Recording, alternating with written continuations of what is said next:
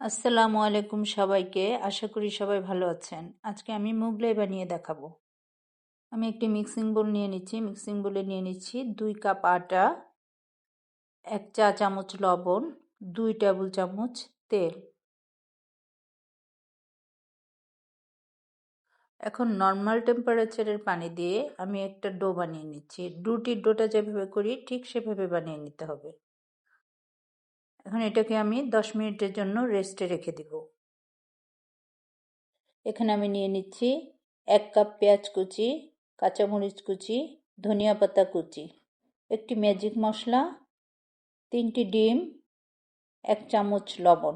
সব একসাথে ভালো করে মিক্সড করে নিব। 10 মিনিট পর আমি ডোটাকে কয়েকটি অংশে কেটে নিব।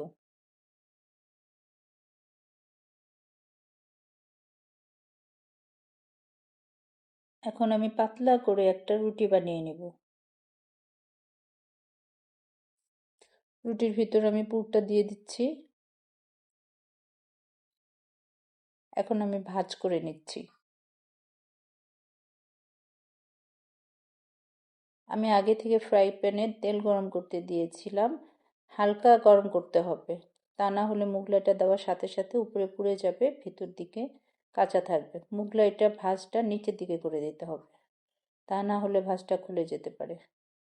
যে আপনার মোগলাইটা হয়ে গিয়েছে, আমার সবগুলো মোগলাই হয়ে গিয়েছে।